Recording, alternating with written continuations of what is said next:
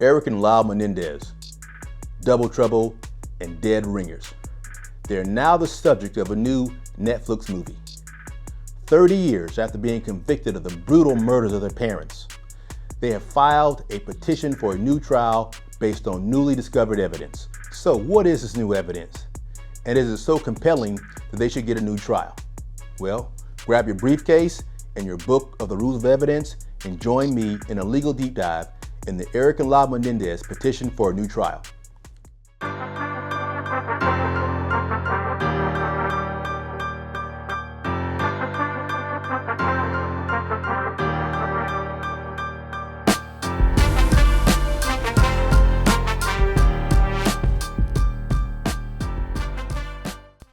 What's good, people? Well, the Menendez brothers are back in the spotlight with the new Netflix movie. However, they're also in the spotlight because they filed a petition for a new trial as a result of their convictions for the brutal murders of their parents. Well, I've had a chance to review the petition to get a feel for whether or not it has any legs or any likelihood of success. Now, before I get into the details of the petition, I want to briefly summarize the case and the trial history. And I know that everybody knows about the allegation of sex abuse. That's what's always in the media and the news. But I want to kind of go over the basic facts in the case. Now, one of the Menendez brothers used a stolen driver's license to purchase a shotgun in someone else's name. After that, they went back to the house where their parents were watching television in their living room, shot their dad 6 times with the shotgun. The mother walks in and they proceeded to shoot her 10 times with the shotgun. One time, she was actually on the ground trying to crawl away, and they actually had to go to the car, reload the weapon, and shoot her in the face one more time. Now, during the first trial, the brothers claimed a version of self-defense based on years of sex abuse they suffered at the hands of their father. Witnesses actually testified corroborating their versions in the history of sex abuse. In the end, it resulted in a hung jury, which means the jury couldn't make a unanimous decision on whether or not they were guilty of murder, a lesser charge of manslaughter, or outright not guilty. They were then retried a second time. You may be thinking, wait a minute, that's double jeopardy. They can't be tried for the same crime twice. Well, actually that statement is an overgeneralization. I mean, yes, if a prosecutor prosecutes a defendant and that defendant is found not guilty, then correct, double jeopardy applies, and the defendant cannot be prosecuted for crimes based on that same set of facts. However, if the case results in a hung jury because the jury can't reach a decision, well, guess what? That defendant can be prosecuted as many times as they want to tee the case up. So they were prosecuted a second time. At the second time, however, the evidence of the sex abuse was not allowed in the trial. As a result, the juries convicted them both of murder. Now, let's talk about the specific grounds in the petition. The first issue of newly discovered evidence is an alleged letter that Erik Menendez wrote to one of his cousins who was a witness in the first trial, where he described and discussed the sex abuse committed by his father.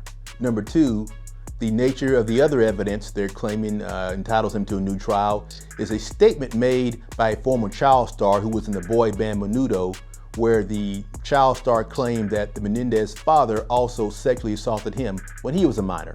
And to put that in context, their father was a record executive with the RCA record label. So ultimately, what they're saying is, had the jury been made aware of this evidence during the first trials, then that would have changed the outcome. So let's talk about whether or not that letter is newly discovered evidence. Well, first of all, it's not new evidence. It was written 30 years ago, so it's actually old evidence. Now, even if Menendez's trial counsel was not aware of the letter at the time of the trial, the defendant Menendez was certainly aware of it since he wrote the letter, and the witness they wrote the letter to was certainly aware of it. So, although the trial counsel was not aware of the letter, with some due diligence, he could have been or should have been aware of the letter. Because again, both the defendant and the witness were both aware of the letter.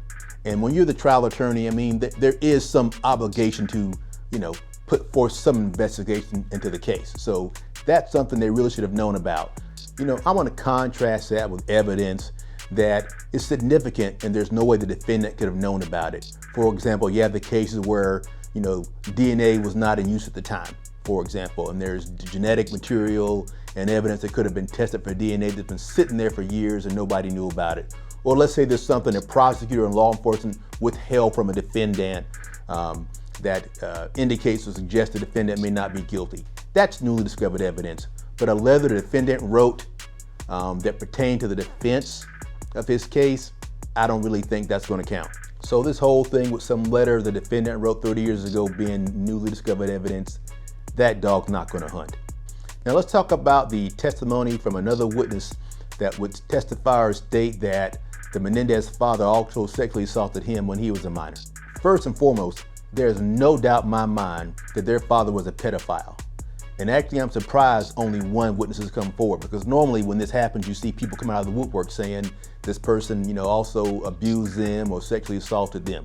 That being said, I'm not convinced that it would have made a difference if they'd known about that witness at the time of the trial.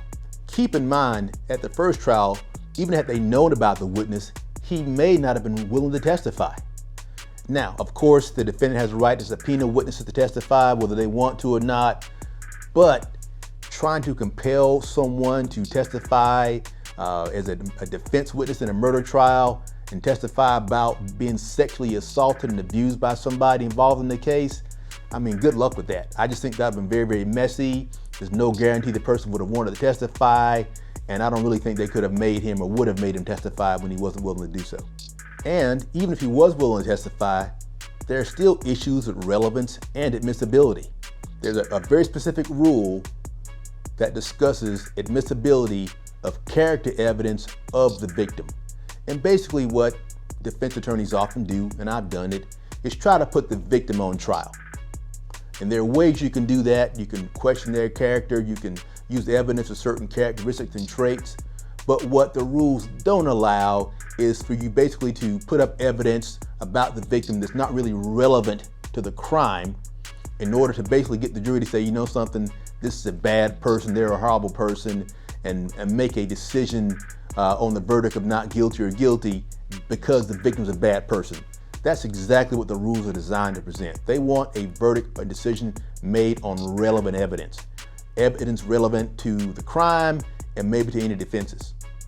And I will say it certainly was not relevant to the murder of their mother, because there's never any allegation the mother sexually abused them. So it would not be relevant to that murder charge specifically. With regard to the father even, this was a premeditated act. This was not a situation where they were alleging they were about to be assaulted or sexually assaulted or in fear of imminent sexual assault. This is a very premeditated act where at the time both parents were killed, they were not threatening them or engaging in any threatening behavior or illegal activity.